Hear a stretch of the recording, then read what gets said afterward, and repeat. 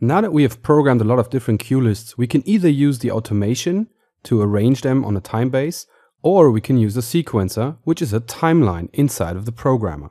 Just click onto the sequencer icon in the top icon bar and add a sequence by clicking onto the plus button. You can either add a standard sequence, which is just a pure timeline, or you can add a media sequence, which is possible to consist out of audio and video files and also show a preview of them. For now, just create a standard sequence. You can give it a name, a script name, you can set the sequence length in hours, minutes, seconds and milliseconds. And you can set the loop start and loop endpoint, as well as turning on or off the repeat function. As soon as we click onto the OK button, the sequencer will consist out of one track, with hours, minutes, seconds and milliseconds and a length of 5 minutes.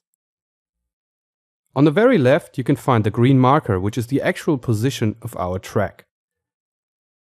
You can also read the current position in the bottom left. Inside of one sequence, it is possible to create an infinite amount of tracks by clicking onto the Add Track button. And on the track, we can add action events. The action events are our items on the track, and they will be created at the current position of the cursor, at 1 minute 11 seconds in this example. Now we can define an action on enter, for example cue list number 1 play, and we can define an action on leave. Let's say cue list number 1 stop. Now once we press play and the cursor will pass the beginning of this action event, it will play cue list number 1. Once it passes the end of this action event, it will stop cue list number 1.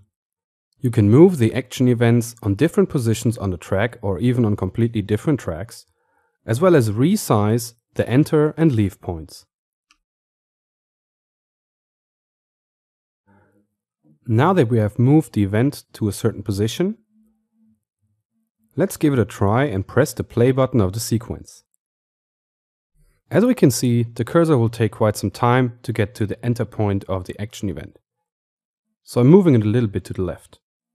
As soon as the cursor passes the enter point of the action event, the cue list will start, and you can also see it in the preview window. Once the cursor goes over the leave action, the cue list will stop again.